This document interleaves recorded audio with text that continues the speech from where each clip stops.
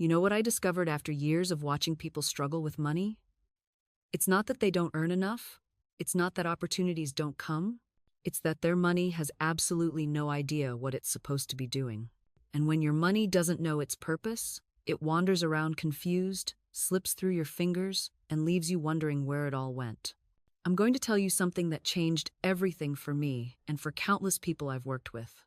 Your money is not just paper and coins. It's living energy. It's spiritual substance taking physical form. And just like any energy in this universe, it needs direction. It needs a clear, definite purpose. When you give your money a job, a specific assignment, something miraculous happens. It stops evaporating. It stops hiding. It actually begins to multiply and work on your behalf. Most people treat money like a guest they don't really want but tolerate out of necessity. They let it come in through the front door and immediately usher it out the back, never giving it a chance to settle, to grow, to serve them. They say they want prosperity, but their money has no marching orders. It's like hiring someone for your business but never telling them what you need them to do. How can they possibly help you? I'm Florence Scovel Shinn, and I've spent my life understanding the spiritual laws that govern this physical world, particularly around money and abundance. What I'm about to share with you isn't theory pulled from thin air. This is wisdom tested in the furnace of real life, with real people, facing real financial struggles, and it works. Not because I'm special, but because these are laws as reliable as gravity. You just need to know how to work with them instead of against them. Now, let me tell you why giving your money a job is perhaps the most powerful financial practice you'll ever learn. When you assign clear purpose to your money, you're doing something profound. You're speaking into the invisible realm where all wealth originates. You're declaring to the universe, to divine intelligence itself, that you are a steward, not a hoarder, that you understand money's true nature as a current that must flow. And the universe always responds to clarity. Always. So let me share with you a story that will make this crystal clear. A woman came to me once, exhausted, desperate. She said, "Florence, I've been affirming abundance for months. I visualize, I pray, but nothing changes. My bank account is empty. My bills are piling up. Where is this God you speak of?" I looked at her carefully, and I asked one simple question. "What do you say when someone offers to buy you lunch?" She blinked. "I say no, of course. I can't accept that. I don't want to be a burden." There it was, the invisible wall. She was asking the universe for abundance while simultaneously building fortress walls around herself. She was praying for water while holding an umbrella in the preoption. Desert. You see, receiving is not passive. Receiving is an art. It requires openness. It requires the spiritual courage to believe you are worthy without having to earn it first. Most people think prosperity is about working harder, pushing more, forcing doors open. But that's only half the equation. The other half, the half nobody talks about, is this. Can you let it in when it arrives? I told her, start saying yes. When someone offers you coffee, say yes. When a friend wants to give you a gift, say thank you and receive it with grace. When an opportunity appears that seems too good to be true, walk through that door. She resisted at first. It felt uncomfortable, vulnerable. But she began practicing, and within 3 weeks, not 3 months, 3 weeks, her entire financial situation shifted. A job offer came. An unexpected check arrived. The very channels she had been blocking with false humility suddenly burst open. This is what I mean by working with universal law, not against it. You cannot dam up the river on one end and expect it to flow on the other. The universe is a perfect system of circulation. Giving and receiving are two halves of one breath. You must exhale and inhale. Both. Always both. And here's where most people stumble catastrophically. They treat money like it's finite, like there's only so much to go around. So they hoard, they clutch, they operate from fear disguised as prudence. But infinite supply cannot be hoarded. The moment you try, it stagnates. It dies. I've seen people with bank accounts overflowing and hearts completely barren. They lock their wealth away like prisoners, and soon the very thing they clutched becomes their jailer. Money must flow like water. It must move. It must circulate through the channels of generosity, gratitude, and faith. There was a woman who came to me once, terrified of spending a single penny. She'd inherited a substantial sum and was convinced that if she touched it, it would vanish. So she lived like a pauper, counting coins, denying herself even basic comforts. And do you know what happened? The money began to disappear anyway, through unexpected repairs, medical emergencies, peculiar losses she couldn't explain. The universe was showing her that fear attracts the very thing we fear. I told her what I'm telling you now. You cannot outgive God. You cannot outspend infinite supply. When you give with joy, with an open hand and a trusting heart, you create a vacuum that the universe rushes to fill. Nature abhors a vacuum. Divine substance abhors an empty hand extended in faith. So she began, trembling at first, to give. A gift here, a generous tip there. She bought herself flowers, something she'd denied herself for years. And the most extraordinary thing happened. Her circumstances shifted. New opportunities appeared. Old debts were forgiven. Money came from directions she hadn't even considered. This is the mystery the fearful mind cannot grasp. Giving doesn't diminish you. It expands you. It announces to the universe that you trust the source, that you know there's more where that came from, that you're not operating from lack, but from faith in infinite abundance. The wealthy man who gives nothing is spiritually bankrupt. The poor widow who gives her last coin is richer than kingdoms, because she understands the secret. The supply is not in the thing, the supply is in the source. And the source is inexhaustible, eternal, forever flowing toward those who keep their channels open. And how do we keep those channels open? By refusing to hoard, by refusing to clutch, by refusing to say, "This is mine, and I must protect it from the world." I knew a businessman once who made this mistake. He'd built a successful company, and then fear crept in. He stopped giving bonuses. He stopped contributing to charity. He stopped tipping generously at restaurants. I must be careful, he told himself. I must preserve what I have. Within 2 years, his business began to fail. Contracts dried up. Partners left. Opportunities vanished like morning mist. He couldn't understand it. He'd done everything right according to worldly wisdom. He'd been cautious, prudent, protective, but he'd forgotten the fundamental law. Life is giving. God is giving. The universe is giving. And when we stop giving, we stop receiving because we've dammed up the river. I told him, your business didn't fail because you stopped giving. Your business failed because you stopped being a conduit. You became a cul-de-sac, a dead end, where energy flows in but cannot flow out. And the universe abhors stagnation. The moment he understood this, everything changed. He began giving again, not from his abundance, but from his fear, which is the only giving that matters. He gave when it scared him. He gave when it seemed foolish. He gave when every logical bone in his body screamed, "Stop!" and the river began to flow again. New contracts appeared, fresh. Opportunities knocked. Within a year, he'd rebuilt everything he'd lost, and more. This is the mystery that the world cannot comprehend. You don't give from your overflow. You give to create the overflow. The giving comes first. The receiving follows. It's like priming a pump. You must pour water in before water comes out. And the person who refuses to prime the pump because they want to save their water will die of thirst beside an infinite well. I've watched this principle work in 1,000 lives, in 1,000 ways. The woman who gives away her clothes and immediately receives a new wardrobe better than what she released. The man who forgives a debt and finds himself forgiven a greater one. The parent who blesses their child's independence and discovers a deeper, richer relationship than clinging ever provided. These are not coincidences. These are demonstrations of spiritual law, as reliable as gravity, as certain as the dawn following the darkest night. And here is what most people never grasp. The universe doesn't reward sacrifice. It rewards times consciousness asterisk. It rewards the inner recognition that there is no loss in truth, only the eternal circulation of good. When you cling to anything, a relationship, a position, a possession, even an idea of how your life should look, you are announcing to the universe, this is all there is. I don't trust that there's more. I don't believe in the infinite supply. And the universe, being the perfect mirror it is, reflects that belief right back to you. Your world contracts. Opportunities close. The very thing you're clutching begins to wither in your desperate grasp. But the moment you open your hands, something miraculous shifts. You're no longer operating from fear and lack. You're moving from faith and abundance. And faith is the currency of miracles.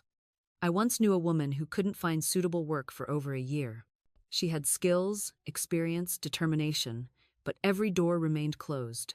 When I spoke with her, I discovered she was holding on to resentment toward her former employer, playing the scene of her dismissal over and over in her mind, keeping that old position alive through the energy of bitterness.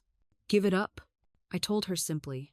Bless it and release it. Declare that the perfect position now comes to you. She resisted at first. But they were wrong. They treated me unfairly. Then you're chained to them still, I replied. You've given them the keys to your future. Take them back through forgiveness. Within 3 days of truly releasing that old position, not just with words, but with genuine surrender in her heart, she received 2 job offers, both superior to what she'd lost. The universe was simply waiting for her to stop blocking the channel with the debris of the past. This is the sacred exchange. You release what no longer serves you, and life rushes in to fill that space with something aligned with who you're becoming. The 4th law is the law of perfect timing. This one requires tremendous faith because we live in a culture obsessed with immediacy. We want manifestation by Friday, transformation by Tuesday. But the universe operates on a different clock, not one of delay, but one of orchestration. When you plant an acorn, you don't dig it up every week to check if it's becoming an oak tree. You trust the invisible process. I've watched people sabotage their own demonstrations simply because they couldn't wait in faith. They'd do the spiritual work, speak the word, release the old, then panic when results didn't materialize according to their timeline. That panic is actually a withdrawal of faith, and it closes the very door they'd opened. There was a man who desired a specific business opportunity. He did everything right, visualized, affirmed, took inspired action. Months passed with no movement. His friends told him to give up, to be realistic. But he held steady. Then one morning, 18 months after he declared his intention, the phone rang. The opportunity arrived not just as he'd imagined it, but magnified beyond his original vision. Later he discovered that the company he wanted to work with hadn't even existed 18 months prior. The universe needed that time to arrange the pieces, to mature him, to create the perfect conditions. Divine timing means that delays are often protection. What feels like a no is frequently a not yet, and that distinction changes everything. The universe isn't withholding from you, it's orchestrating for you. Perhaps certain people need to come into position. Perhaps you need to develop a skill or shift a belief. Perhaps something better than what you asked for is being prepared. Your job isn't to figure out the how or the when. Your job is to remain faithful to the vision and flexible about the form. Stay in expectancy, without attachment to the clock. When you stop strangling your desires with impatience, they can finally breathe and take shape. The universe doesn't reward anxiety, it rewards assurance. There's a vast difference between the two, and most people never learn it. Anxiety is you trying to force the door open with your shoulder. Assurance is you turning the knob and walking through. I've watched people sabotage their greatest manifestations in the 11th hour simply because they couldn't sit still in the silence before the dawn. They mistook the quiet for absence. They confused the pause for rejection, and in their panic, they reached back for the old, the familiar, the lesser thing, just to feel like they had something in their hands. But your hands were never meant to clutch. They were meant to receive. Think of a child waiting for Christmas morning. They don't wake up every hour checking under the tree, rearranging the ornaments, demanding proof that the gifts are coming. They go to sleep in joyful certainty. They trust the promise. And when morning comes, there it is, everything they believed. In, wrapped and waiting. That's the consciousness you're cultivating. Not the frantic energy of doubt dressed up as action, but the restful energy of someone who knows the table is already set. And here's where it gets even more interesting. The moment you stop chasing, you become magnetic. Desperation repels, certainty attracts. People can feel it on you like a frequency. Opportunities can sense it. The universe itself reorients around the person who has claimed their good and released the outcome. I'm not saying sit on your couch and do nothing. I'm saying move from inspiration, not desperation. Take the actions that feel aligned, that light you up, that flow naturally from your inner knowing, but release the grip. Stop white-knuckling your way to your destiny. You can't strangle a butterfly into your hand. You have to let it land. There are seasons in every manifestation. The planting season, the watering season, the waiting season, and finally, the harvest. You can't skip steps. You can't dig up the seed every day to see if it's growing. Your job in the waiting season is to protect your inner garden from the weeds of doubt, fear, and impatience. Guard your mind like it's sacred ground because it is. Every great spiritual teacher understood this truth. Jesus told his disciples, men ought always to pray and not to faint. He didn't say pray once and forget about it. He said times keep times praying, not because God needs reminding, but because times need strengthening. Prayer isn't about convincing God. It's about aligning yourself with the divine flow that's already moving on your behalf. When you waver, you break the circuit. When you complain, you reverse the current. When you doubt, you block the channel through which your good is trying to reach you. And here's what most people don't realize. The universe doesn't respond to your words. It responds to your time's vibration asterisk. You can say affirmations all day long, but if underneath those words you're swimming in fear, guess what frequency you're broadcasting? I've seen people pray for prosperity while clutching their purse strings in terror. I've seen them affirm love while harboring resentment in their hearts. I've seen them declare health while mentally rehearsing every symptom, and then they wonder why nothing changes. You cannot plant roses and water weeds. You cannot decree abundance while living in the consciousness of lack. The waiting period is where your true work happens. This is where you cultivate unwavering faith.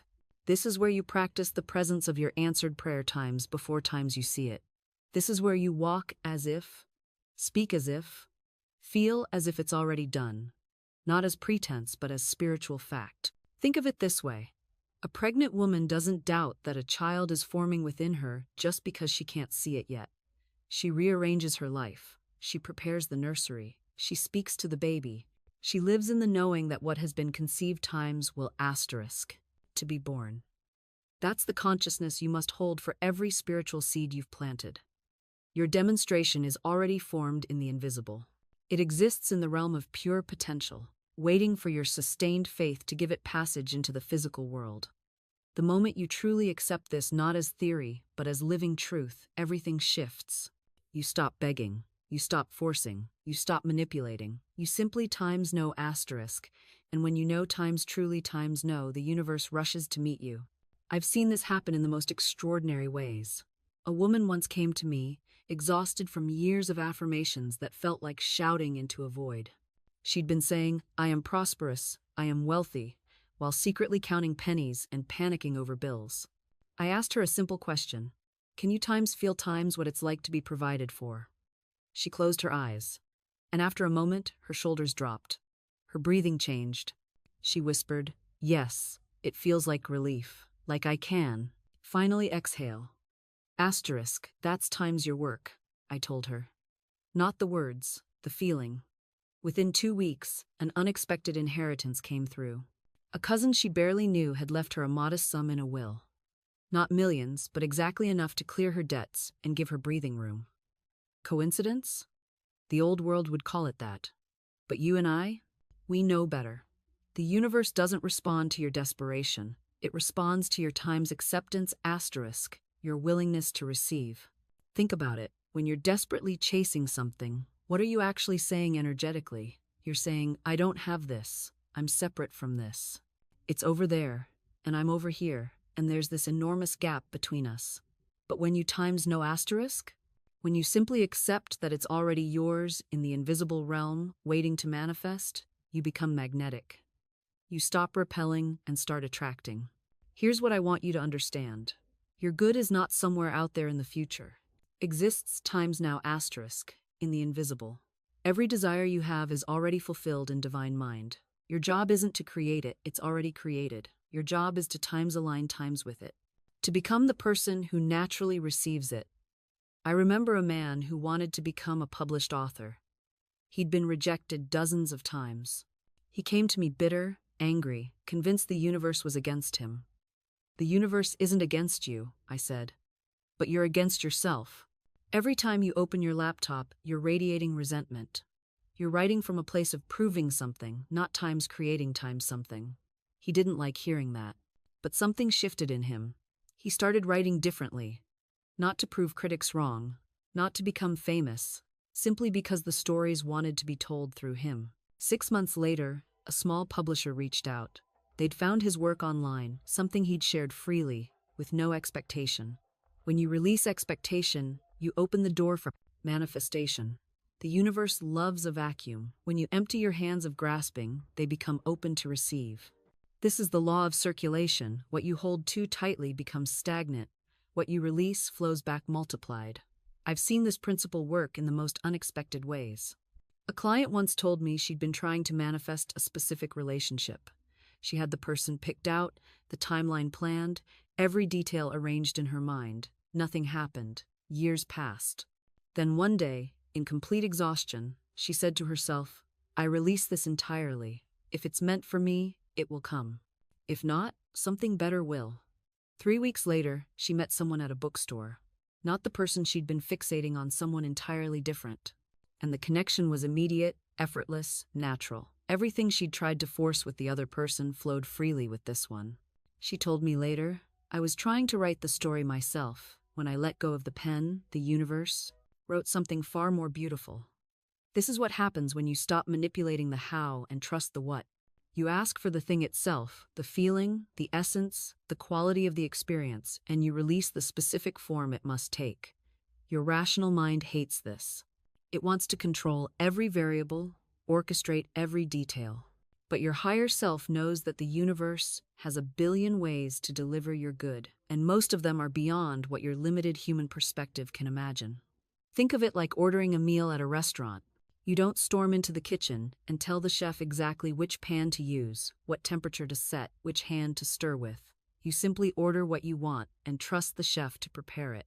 The universe is your chef, and it has been cooking miracles long before you arrived. Every time you release expectation of how something should manifest, you're making a statement of faith.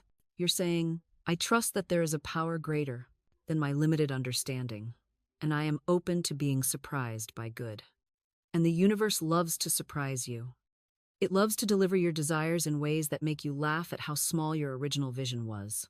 I once knew someone who spent years visualizing a specific house. They had the floor plan memorized, knew exactly which neighborhood it would be in, even picked out the paint colors. They were so attached to this particular house that they turned down several beautiful opportunities because they weren't quite right. Then one day, exhausted from the search, they simply said, "I release this. I trust I'll be guided to my perfect home." Within 2 weeks, they stumbled upon a property they'd never considered in a different area, with a completely different layout, and it was better. It had features they didn't even know they wanted. A garden that changed their entire lifestyle. Neighbors who became like family. The universe had been trying to give them this upgrade all along, but they were too busy demanding their specific version to receive it. This is what I mean when I say your vision is always smaller than what's actually possible for you.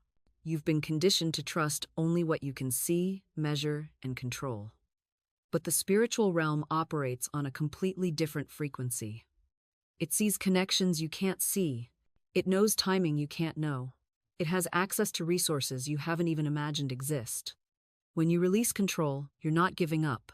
You're actually stepping into true power. Because real power isn't forcing outcomes, it's aligning with the infinite intelligence that orchestrates everything. Think about it this way. When you plant a seed, do you dig it up every day to check if it's growing? Do you try to force the petals open because you're impatient for the bloom? Of course not. You water it, give it sunlight, and trust the process. Your desires are the same. Once you've planted the seed through your word and your belief, your job is to tend to your inner garden, to maintain your faith, to speak life over your dreams, to stay open and receptive. The universe handles the underground work, the mysterious process of manifestation that no amount of forcing could accomplish. And here's something beautiful.